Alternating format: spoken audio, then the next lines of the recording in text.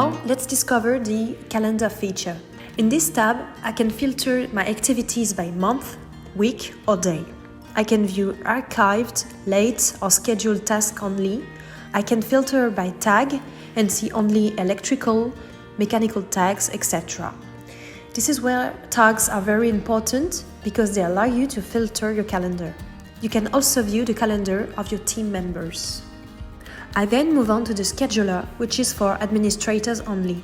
It allows maintenance managers to log in to view the calendar of one or more people, possibly simultaneously. It also allows them to drag a task to reschedule it and to add a person or reassign another technician to a task. Just like users, equipment have their own calendar accessible from the sheet.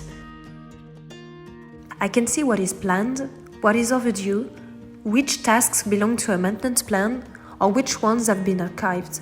The equipment sheet also offers a history of completed tasks. The materials nomenclature is displayed, and it is possible to search by typing the keyword in the bar. It is also possible to access all the documents, sounds, images, videos, PDFs associated with the machine. Today, there are more than 14 million documents in the application, including 8 million public documents. You can choose the type of document you want to import and select the level of confidentiality between private and public.